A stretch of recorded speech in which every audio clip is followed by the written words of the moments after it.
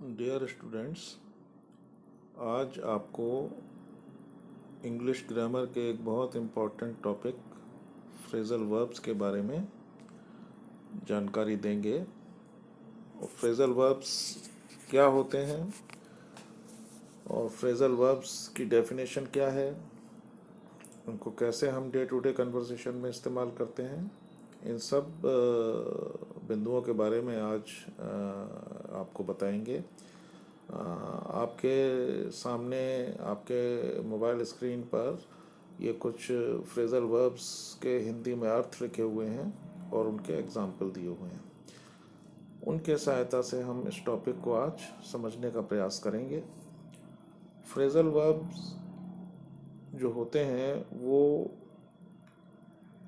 एक वर्ब और उसके साथ में एक प्रपोजिशन को जब हम कंबाइन कर देते हैं तो हम उसको फ्रेजल वर्ब बोलते हैं।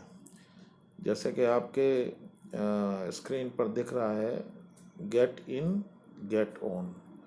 तो get is a verb and in is a preposition, and if we combine these two words get and in, it becomes get इन।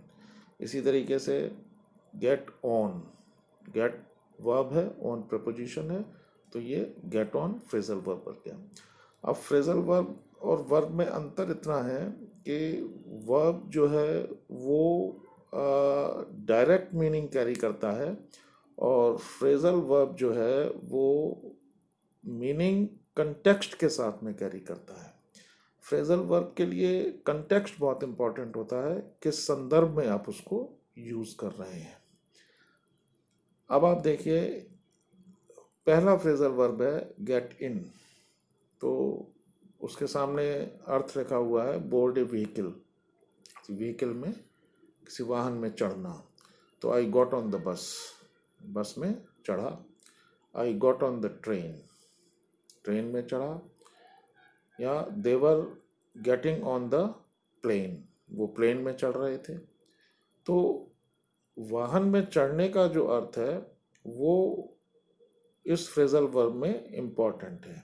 कहाँ चढ़ेंगे आप? किसी व्हीकल में चढ़ेंगे, तब आप उसके लिए गेट इन या गेट ऑन का प्रयोग करेंगे। इसी तरीके से मैंने आपको बताया कि वर्ब के साथ प्रपोजिशन को जब हम कंबाइन करते हैं और उसको एक फ्रेज बना देते हैं। फ्रेज का अर्थ क्या होता है? फ्रेज का अर्थ होता है when two or more than two words are combined as one entity. दो या दो से ज़्यादा शब्दों को हम एक सिंगल एंटिटी में इस्तेमाल करते हैं तो उसको हम फ्रेज कहते हैं। फ्रेज का अर्थ समझना बहुत इम्पॉर्टेंट है। फ्रेज में हमेशा दो या दो से अधिक वर्ड्स होंगे। तो ये फ्रेजल वर्ब्स क्या वो वर्ब्स हैं जिनमें कि दो या दो से अधिक शब्द होते हैं और वो एक सिंगल एंटिटी की तरह इस्तेमाल होते हैं। तो दूसरा एग्जांपल देखिए आप, गेट ऑफ या get down. To leave a vehicle, क्या अर्थ है इसका? ऊपर वाले में वाहन में चढ़ना और ये वाहन से उतरना। गेट इन गेट ऑन, वाहन में चढ़ना। गेट ऑफ गेट डाउन, वाहन से उतरना। He was getting off the car, car से उतर रहा था। या I was getting off the bus, I was getting off the train, मैं ट्रेन से उतर रहा था, बस से उतर रहा था। तो ये आपने दो फ्रेजल वर्ब देखे गेट के। इसी तरीके से आप नेक्स्ट देखिए, to get away with, to escape. To escape का अर्थ क्या हो गया? बच के निकल जाना। अब बच के कैसे निकलना है ये कंटेक्स्ट में आपको पता चलेगा। जब आप सेंटेंस यूज करेंगे तो आपको संदर्भ का पता लगेगा, तो कंटेक्स्ट से मीनिंग क्लियर हो जाता है। Ram got away with the punishment, Ram सजा से बच निकला। इमेजिनेशन से आप और भी कोई सेंटेंस बना सकते हैं। I got away with the remark, या मैं किसी प्रॉब्लम से बच निकला, है ना। राम सजा से बच निकला, Ram got away with the punishment. तो गेट अवे विद का मतलब क्या हो गया?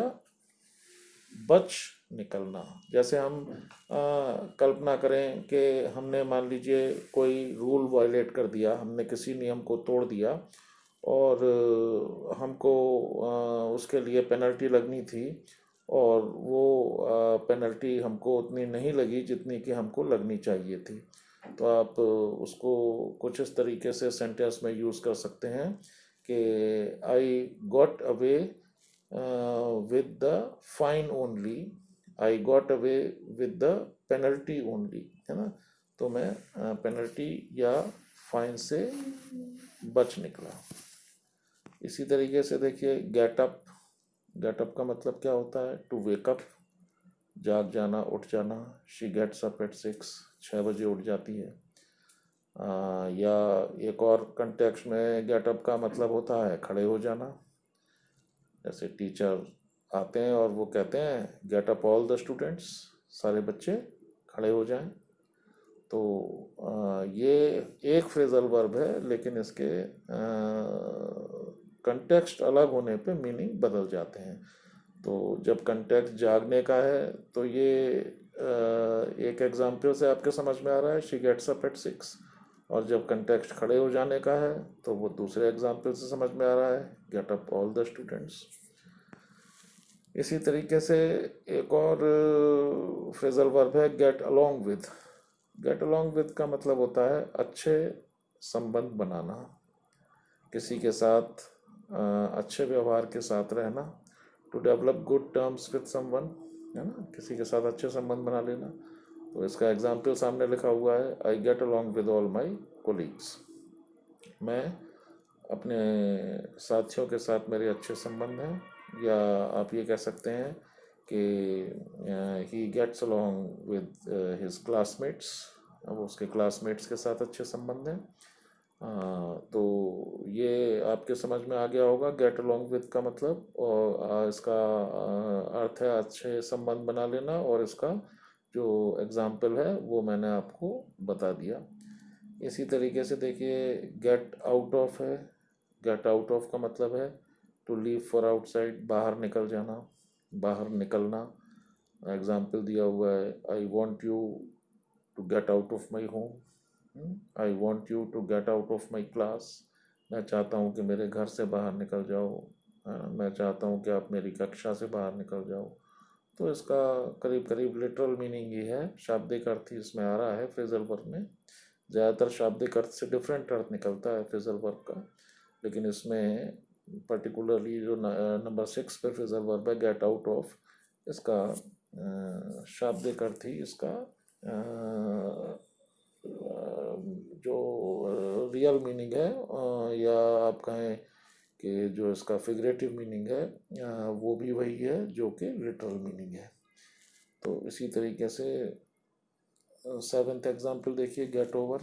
गेट ओवर का मतलब होता है to recover from some trouble, किसी परेशानी से बाहर निकलना। Ram could somehow get over his problems, Ram किसी तरह अपनी परेशानियों से बाहर निकल आया।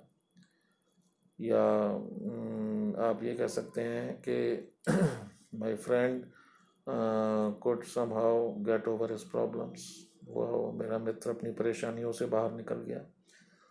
तो ये गेट ओवर का अर्थ हो गया। इसी तरीके से गेट थ्रू, गेट थ्रू का मतलब होता है एग्ज़ाम पास कर लेना। तो एग्ज़ाम पास कर लेने का मतलब है परीक्षा उत्तीर्ण कर लेना। तो जैसे ये एग्ज़ाम्पल लिखा हुआ है, I couldn't get through the exam, मैं एग्ज़ाम पास नहीं कर पाया। या my sister couldn't get through the RAS, my brother couldn't get through the civil services, my friend couldn't get through the judicial services exam. कोई भी exam हो या कोई भी प्रतियोगिता हो, उसमें उत्तीर्ण कर लेना, उसको पास कर लेना, उसमें क्वालिफाई कर लेना, उसको हम कहते हैं गेट थ्रू, क्लियर कर लेना। अब देखिए रन के कुछ फ्रेजल वर्ब्स के एग्जांपल हैं। वर्ब है रन, और इसके कितने प्रपोजिशन को जोड़ते ही फ्रेजल वर्ब बन जाता है, मैंने आपको बताया है। देखिए रन आफ्टर, पीछा करना, does he run after money, does he run after power, does he run after name and fame. ठीक है। तो does he run after popularity, तो बहुत सारे एग्जाम्पल बन सकते हैं। तो पीछा करना, किसी चीज़ का पीछा करना, उसके पीछे भागना, उसे कहते हैं रन आफ्टर, चेस करना। तो इसके बाद में सेकंड एग्जाम्पल देखिए, run away, run off. Run away का मतलब क्या है? To escape. I run away from there the moment I saw him. जैसे ही मैंने उसे वहाँ देखा, मैं वहाँ से भाग गया। I run away from there the moment I saw him. तो एक एग्जाम्पल आप ये भी बना सकते हैं, the thief run away from there the moment he saw the police. जैसे ही चोर ने पुलिस को देखा, वो वहाँ से भाग गया। तो रन अवे या रन ऑफ, इसका भी करीब करीब लिटरल मीनिंग ही निकल रहा है, शाब्दिक अर्थ ही निकल रहा है फ्रेजल वर्ब का, कि बच निकलना या भाग जाना। तो रन डाउन का मतलब देखिए, to feel weakness in the body, ये भी फ्रेजल वर्ब है। रन मेन वर्ब है, डाउन जो है वो प्रपोजिशन है। तो रन डाउन, तो I am running down in hell today, है ना। तो मेरी तबीयत ठीक नहीं है। तो ये जो आई एम के साथ में इन्होंने मिसप्रिंट हुआ है यहाँ पे, आई am running down in health today, है ना, इसमें आई एन जी लगाएंगे। आई am running down in health today, आज मेरी तबीयत ठीक नहीं है। तो रन डाउन, या फिर आप इसको अगर एम को हटा भी दें तो I feel run down in health today, ऐसे भी लिख सकते हैं, वो बेटर होगा। I feel run down in health today, या I am running down in health today. तो ये रन डाउन का फ्रेजल वर्ब है, और इसका अर्थ आपने देख लिया और सेंटेंस में यूज भी देख लिया। इसी तरीके से रन ओवर है। रन ओवर का मतलब है जल्दी जल्दी पढ़ना, रीड क्विकली, जल्दी जल्दी पढ़ना, रीड क्विकली। तो अब इसमें लिख दिया है स्टडी क्विकली, लेकिन अप्रोप्रिएट होगा read quickly. Don't run over the lesson, पाठ को जल्दी जल्दी मत पढ़ो। Don't run over the judgement, है ना, जजमेंट को जल्दी जल्दी मत पढ़ो। Don't run over the letter, पत्र को जल्दी जल्दी मत पढ़ो, है ना। तो बहुत सारे सेंटेंसेस बना सकते हैं हम अपनी इमेजिनेशन से। तो ये बहुत ज़रूरी है कि जो यहाँ पे एग्जाम्पल्स दिए हुए हैं ना, उनके मदद से हम अपनी इमेजिनेशन से दो चार एग्जाम्पल बनाएं, तो उससे आपकी प्रैक्टिस होगी और आप में प्रोफिशिएंसी भी डेवलप होगी और मीनिंग भी उसका आपके समझ में आ जाएगा। तो ग्रामर के अंदर बड़ा इम्पोर्टेंट होता है उसकी प्रैक्टिस करना, और प्रैक्टिस अगर आप खुद करें तो वो बेटर रहेगा। एक बार समझ लें दो तीन एग्जाम्पल से, उसके बाद खुद भी उसके दो चार एग्जाम्पल आप बनाएं, और इमेजिनेशन से बनाएं, सोच के बनाएं। तो उससे क्या है कि आपको प्रोफिशिएंसी डेवलप हो जाएगी। इसी तरीके से देखिए, टू नॉक डाउन, इसका एक दूसरे कंटेक्स्ट में अर्थ होता है हरा देना। He ran over the defending champion, उसने पिछले साल के विजेता को हरा दिया। ठीक है। तो रन ओवर का मतलब हरा देने का भी है, टू नॉक डाउन का भी है, पराजित कर देना किसी गेम में, किसी स्पोर्ट में। ठीक है। तो इसके भी आप एग्जाम्पल खुद फॉर्म करें, और उससे आपको अच्छी प्रैक्टिस होगी। आप देखिए, टर्न ऑन का मतलब क्या है? टर्न ऑन भी एक अच्छा फ्रेजल वर्ब है, हमारे डे टू डे लाइफ में हम बहुत यूज़ करते हैं। टर्न ऑन द फैन, है ना, turn on the TV, turn on the engine, है ना, ये उसको चालू कर देना, जैसे नल को खोल देना। एग्जाम्पल दिया है टर्न ऑन द टैप, मैंने टैप को टर्न ऑन कर दिया, है ना। तो switch on light, tap, etcetera, कोई भी डिवाइस को जिसको कि हम बटन के द्वारा चलाते हैं या रेगुलेटर के द्वारा चलाते हैं, तो उसको हम टर्न ऑन करके चालू कर सकते हैं इस फ्रेजल वर्ब के माध्यम से। इसी तरीके टर्न ऑफ, ऑन का मतलब है स्टार्ट कर देना, ऑफ का मतलब है बंद कर देना।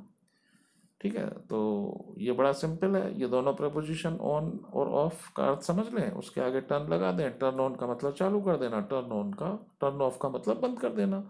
तो टर्न ऑफ द कंप्यूटर, है ना, या don't turn off the computer, turn off the refrigerator, turn off the washing machine, turn off the gas. आप घर में गैस का इस्तेमाल करते हैं, उसको सपोज करिए कि आपकी मदर कहती हैं कि भाई गैस को बंद कर दो, तो she could say turn off the gas, gas को बंद कर दो। तो हम डे टू डे लाइफ से रिलेट करें तो बेटर समझ में आएंगे ये सारे फ्रेजल वर्ब्स हमारे। और उसको आप रिलेट करने के लिए थोड़ा सा इमेजिनेशन का इस्तेमाल करें तो आपके समझ में आ जाएगा। टर्न अराउंड, टर्न अराउंड का अर्थ क्या हो गया? पलट जाना। ही turn around the moment I called out his name. जो ही मैंने उसको पुकारा तो वो मुड़ गया, वो पलट गया।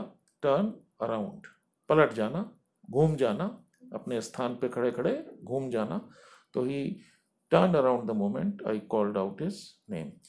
तो ये कुछ फ्रेजल वर्ब्स मैंने आपको बताए हैं। और फ्रेजल वर्ब्स बहुत बड़ी संख्या में है इंग्लिश लैंग्वेज के अंदर। और क्लासरूम टीचिंग में या इस ऑनलाइन टीचिंग में हम आपको 25, 50, 80 फ्रेजल वर्ब्स बता सकते हैं, लेकिन सारे फ्रेजल वर्ब्स को यहाँ पर हम आपको एक्सप्लेन नहीं कर सकते, क्योंकि टाइम और उसका स्पेस दोनों का कॉन्स्टेंट्स है, तो इसलिए हम नहीं कर पाएंगे। लेकिन आपको उतने इम्पोर्टेंट फ्रेजल वर्ब बता देंगे जिससे कि आप एग्ज़ाम में उनको पास कर लेंगे और उनको अटैम्प्ट कर लेंगे। लेकिन इसका बेहतर तरीका ये है कि हम इंग्लिश के न्यूज़पेपर पढ़ें और कुछ इंग्लिश की मैगज़ीन्स पढ़ें, और उसमें नोट करें कि कहाँ पे वो वर्ड कॉम्बिनेशंस हैं जिसमें वर्ब के साथ प्रेपोजिशन लगा है, और उसको हम माइन्यूटली ऑब्ज़र्व करें और देखें कि क्या ये फ्रेजल वर्ब है, और अगर फ्रेजल वर्ब है तो उसका वहाँ पर उस कंटेक्स्ट में क्या अर्थ है।